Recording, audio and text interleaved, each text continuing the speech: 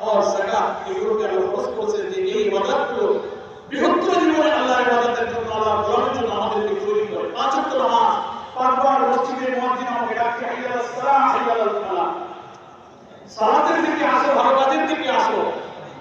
সিজদায় লুটিয়ে পড়ে আল্লাহকে বলছি ইয়্যাকা না'বুদু ওয়া ইয়্যাকা নাস্তাঈন, সুবহান রাব্বিল আ'লা, সুবহান রাব্বিল আযীম। মহাপবিত্র আমার সর্বশ্রেষ্ঠ সেই আল্লাহ, বড় আল্লাহ, যিনি আমার রব, এর চেয়ে আইনদাতা, বিচারদাতা, রিজিকদাতা, হুকুমকর্তা, ভারতের মালিক, শাহী, যা যায় যেখানে প্রস্তাব করা যায়। এই রব আর কেউ নয়। এই পাঁচবার আপনি আল্লাহ দেখে দেখে মসজিদে বলতেছেন আর কারো মানো না, কারো আদেশ মেনে না, শুধু আল্লাহকেই মানো। রব্বিল আ'লা, রব্বিল আযীম। আমরা বুঝি আর না বুঝি, আমরা তো সবাই নামাজে দাঁড়িয়ে সূরা ফাতিহা বলি ইয়্যাকা না'বুদু ওয়া ইয়্যাকা নাস্তাঈন, তোমারই রাস্তা করি, তোমারই সাহায্য চাই। কারণ আমি যদি সুদ খাই, মিথ্যা বলি, জেনা করি, পর্দা না করি, তাহলে ওটা কি আল্লাহর হুকুম মানা হলো? কার হুকুম মানা হলো? নাফসের হুকুম বা শয়তানের হুকুম বা দেশের প্রতিষ্ঠিত কোনো তাগুতের হুকুম। তো ওদিকে আমি মানুষের হুকুম মানলাম, শয়তানের হুকুম মানলাম, আর নামাজে দাঁড়িয়ে বললাম ইয়্যাকা না'বুদু ওয়া তোমার হুকুম মানলাম, তাহলে কথাটা মিথ্যা হলো। নামাজে দাঁড়িয়ে একটা মিথ্যা কথা বললাম। তাহলে নামাজকে সহি করতে গেলেও সমাজে, পরিবারে, ব্যক্তি জীবনে আল্লাহর আইন না মানলে নিজের নামাজে 100বার সত্য করা যায় না, কথা মিথ্যা হয়ে যায়। সেজন্য আল্লাহ তাআলা বলেছেন জীবনের সব ক্ষেত্রে আল্লাহর আইন যারা মানে না তার কুফরি করে বসে। ওমান লাম ইয়াহকুম বিমা আনজালাল্লাহু ফাউলাইকা হুমুল কাফিরুন। যারা জীবনের সকল ক্ষেত্রে আল্লাহ তাআলা হুকুম দিয়ে বিচার ফয়সালা করবে না, তারা কাফির। সূরা মায়েদার মধ্যে পরপর 3টা আয়াত বলা হয়েছে, ফাউলাইকা হুমুজ জালিমুন ফাউলাইকা হুমুল ফাসিকুন। তারা জালিম হয়ে যাবে, তারা ফাসিক হয়ে যাবে। ও আমার মুসলিমেরা, আজকের যে বাংলাদেশ আমার প্রিয় জন্মভূমি, যেখানে আল্লাহ আমাদেরকে জন্মগ্রহণ করেছেন, করিয়েছেন, আমরা এখানেই জন্মেছি, এখানেই আমাদের ভালো মন্দ জীবন মরণের স্বপ্ন আমরা দেখি। এই দেশ, এই সমাজেও আমরা মুসলিম হিসেবে আল্লাহ ইবাদত করে আল্লাহর গোলাম হয়ে দুনিয়া থেকে যেতে চাই, নাকি বলেন? সেজন্য আমার পরিবারে, সমাজে, রাষ্ট্রে, কোর্ট কাছারি, অর্থনীতি, ব্যবসা বাণিজ্য যা কিছু করি সব জায়গায় যেন আল্লাহর হুকুমটা হয়। তাই আল্লাহর হুকুমটা মান। যে রাষ্ট্রের উপরে জুলুম করবে এবং পাপকাজ করবে, সে যদি আল্লাহর কাছে ক্ষমা চায়, আল্লাহ তাআলা তাকে ক্ষমা করে দেবেন। আল্লাহ তোমার কাছে সিনা ছাড়িয়ে এক মাসের রোজার শেষে আমরা তোমার কাছে ক্ষমা চাই, আমরা রাষ্ট্রের উপরে জুলুম করেছি, আমরা অনেক পাপকাজ করেছি, আমরা ক্ষমা চাই, তুমি আমাদেরকে মাফ করে দাও। আল্লাহুম্মা আমিন। সম্মানিত ভাইরা, আমি আল্লাহর কাছে আরো শুকরিয়া আদায় করছি যে আপনাদের সাথে আল্লাহ তাআলা আমাকে অন্তত দীর্ঘদিন পর দেখা হওয়ার, সালাম বিনিময়ের সুযোগ দান করলেন। অনেকগুলো ঈদ আপনাদের সাথে মিলিত করতে পারেন। আল্লাহ তাআলা ইচ্ছা তার বান্দাদেরকে আল্লাহ কিভাবে পরীক্ষা নেবেন, আল্লাহ তাআলা এক একজনকে এক একভাবে ইমানের পরীক্ষা গ্রহণ করেন। আমি আপনাদের কাছে দোয়া চাই, আপনারাও সকলেই কোনো না কোনো ভাবে এক এক পরীক্ষার মধ্য দিয়ে তারা আমরা জীবনযাপন করছি। আমিও ইমানের এক পরীক্ষার মধ্য দিয়ে আমার এবং আমাদের সকলের জীবন অতিবাহিত হয়, যে কারণে অনেকগুলো ঈদ আমি আপনাদের সাথে করতে পারি। এবার আল্লাহ তাআলা তার ক্ষমা এবং করুণা দিয়ে আপনাদের মাঝে আমাকে ফিরে আসার এবং ঈদের জামাতে শরীক হয়ে আপনাদেরকে একটু দেখা করার, চেহারাগুলো দেখতে পারলাম, আপনারাও আমাকে একটু দেখতে পারলেন। আল্লাহ তাআলার এই মেহেরবানির জন্য আমরা সবাই শুকরিয়া আদায় করছি। আলহামদুলিল্লাহ। অনেকেই আপনারা দোয়া করেছেন, চোখের পানি ফেলেছেন, আল্লাহর কাছে সাহায্য পেয়েছেন। আল্লাহ তাআলা তার পছন্দনীয় বান্দাদের দোয়াকে কবুল করেছেন। আমি আপনাদের প্রতি কৃতজ্ঞতা জানাই, আল্লাহ তাআলার কাছে শুকরিয়া আদায় করছি। আলহামদুলিল্লাহ। সচিব সাহেব মূল্যবান বয়ান করবেন, 8টায় যেহেতু জামাত, আমি শুধু আপনাদের একটু কৃতজ্ঞতা এবং আল্লাহ শুকরিয়ার জন্য দাঁড়িয়েছি, দুটো কথা বলছি। এই উসিলায় মূল বয়ান আমাদের সচিব সাহেবের কাছ থেকে শুনবো। এটা আমাদের সৌভাগ্য যে আমাদের এই ইলাহের সচিব আলহাজ সাহেব মাওলানা হাফেজ মনিরুজ্জামান এই অঞ্চলের একজন গরিব ইসলামিক শিক্ষাবিদ এবং আলেম দ্বীন। আমি আপনাদের ব্যক্তিগতভাবে তার এই সম্পর্কে, তার যোগ্যতা সম্পর্কে যত খবর রাখি, আমি মনে করি আমাদের জন্য এই এলাকাবাসীর জন্য একটা বড় সৌভাগ্য যে এমন একজন খতিব আমরা ইসলামে পেয়েছি, আলহামদুলিল্লাহ। আলহামদুলিল্লাহ। ওনার জন্য আমরা দোয়া করি আল্লাহ তাআলা নেক হায়াত দান করুন, এই আমলের সিফাত সব দিক থেকে আল্লাহ তাআলা যেন তাকে আরো তার নেক আমলের হায়াতের ক্ষমতা আল্লাহ তাআলা আরো বাড়িয়ে দেন। আমিন। একটা কথা যেন আমরা মনে রাখি,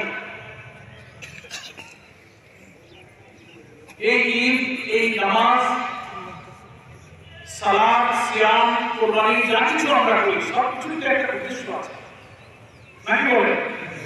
সব উদ্দেশ্যের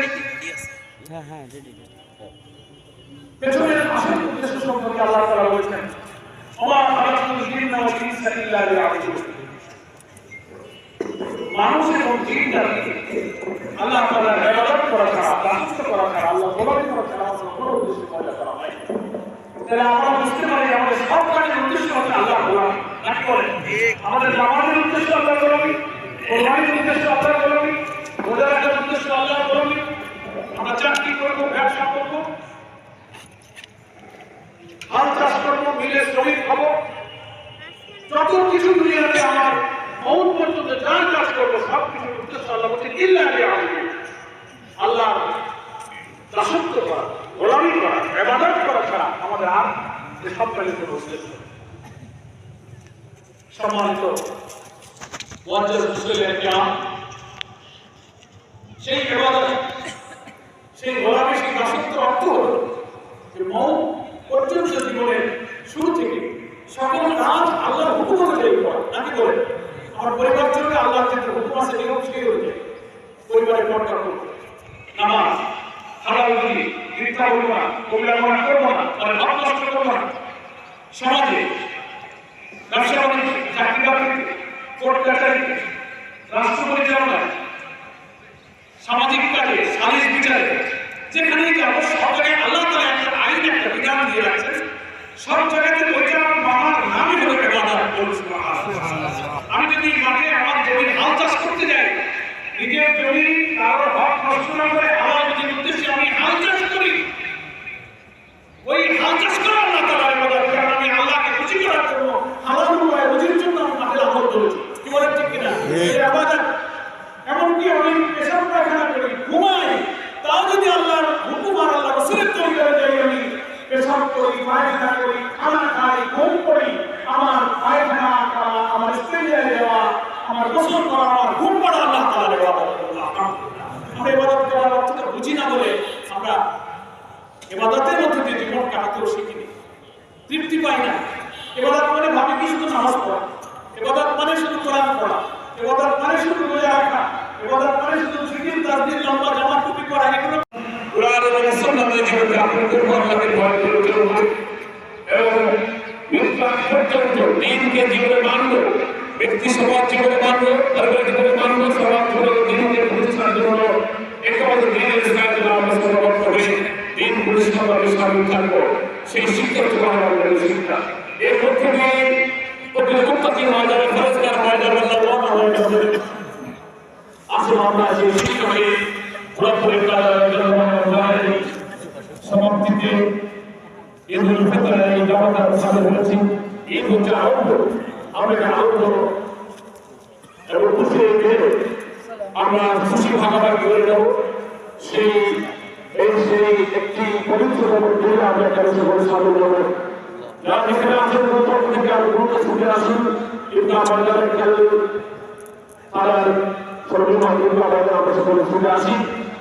এখন আপনাদের সামনে এই বিশাল জগতে আলোচনা পেশ করার জন্য আপনাদের সামনে আমি অনুরোধ করছি জাতীয় সংসদের সাবেক সংসদ সদস্য, জনমানুষের প্রিয় নেতা, বিশেষ করে চিন্তাবিদ, আমাদের সকলের প্রিয় মানুষ, প্রিয় ভাই আলহাজ অধ্যাপক মিয়া গোলাম পরওয়ার ভাইকে কিছু আলোচনা পেশ করার জন্য বিনীত অনুরোধ করছি।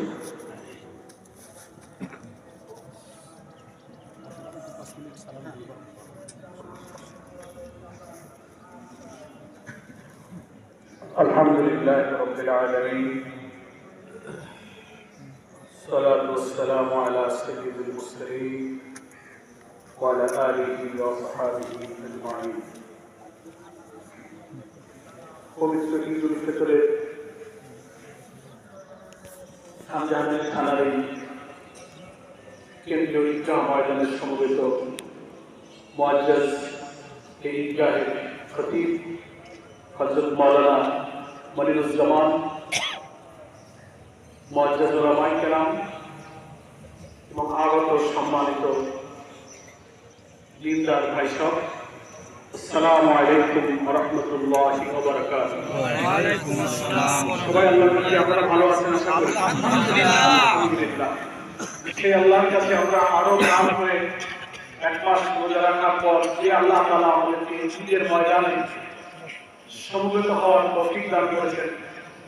কত মানুষ এর আগে রমজান পেয়েছিলেন, ঈদ করেছিলেন, কিন্তু তার আমাদের মধ্যে থেকে অনেকেই চলে গেছে।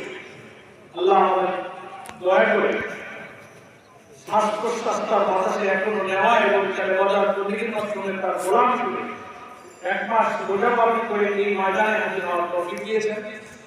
এই জন্য আমরা আল্লাহ তাআলার দরবারে প্রাণ ভরে আরেকবার শুকর আদায় করি, আলহামদুলিল্লাহ। আলহামদুলিল্লাহ।